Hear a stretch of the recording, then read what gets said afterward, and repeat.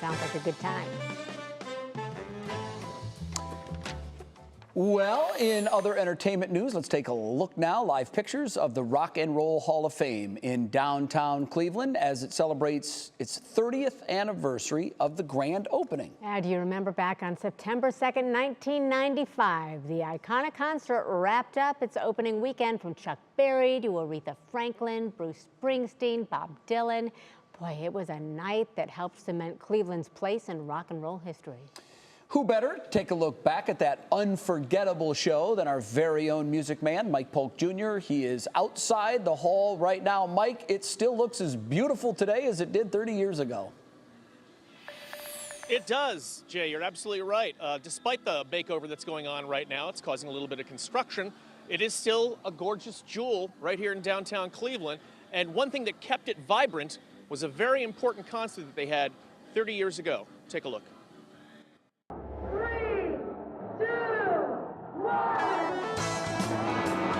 Well, it's hard to believe that it's been 30 years since the Rock Hall celebrated its grand opening with the concert for the Hall of Fame. But here we are, 3 decades older and feeling every bit of it. But it was an epic show for the ages that's certainly worth remembering. So with that in mind, here are the most pertinent facts about that legendary night. Let's start with motivation. Why did the concert happen? Well, first and foremost, to show off. The decision to grant the Rock Hall to Cleveland was quite controversial, with many critics considering our claim as the birthplace of rock and roll to be tenuous at best. The concert was seen as a way to show the world that artists and rock fans would be willing to travel to Cleveland and that we could put on a top-notch show. The other reason was money. Construction of the recently completed Rock Hall cost about $100 million. The concert provided a much-needed revenue infusion that would help keep the doors open during those fledgling early years. More than 60,000 fans attended the show, which was also broadcast live on HBO. The opening song of the concert was Johnny B. Goode, played by Chuck Berry himself. He also played the final song of the night, Rock and Roll Music, appropriate. The last number was intended to be an all-star jam of Bob Dylan's Like a Rolling Stone, but Chuck Berry botched the lyrics to Rock and Roll Music and played in a different key.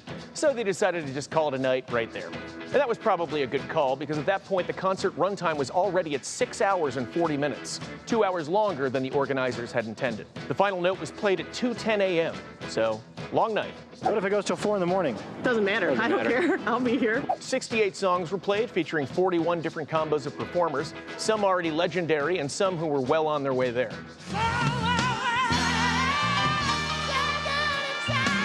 The lineup featured a great number of artists who were already in the Rock Hall, but also some who would later be inducted, including Sheryl Crow, Bon Jovi, Slash from Guns N' Roses, and Bruce Springsteen, who would not enter the hall until 1999. And not that you ask, but out of the whole night, the performance I most wish I'd have been there to see live would be Bob Dylan and Bruce Springsteen duetting on Forever Young.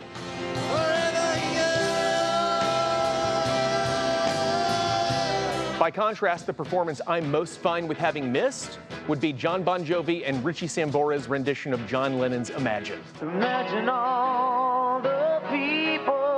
I'd rather not, thank you. And finally, it was the last concert ever held at Cleveland Municipal Stadium, and what a great way to go out. 30 years ago today, the stars aligned in Cleveland, Ohio to loudly confirm to the world that the Rock and Roll Hall of Fame was exactly where it was supposed to be. It was a night that still echoes off the lake today. This is Mike Polk, never not rockin', for 3 News.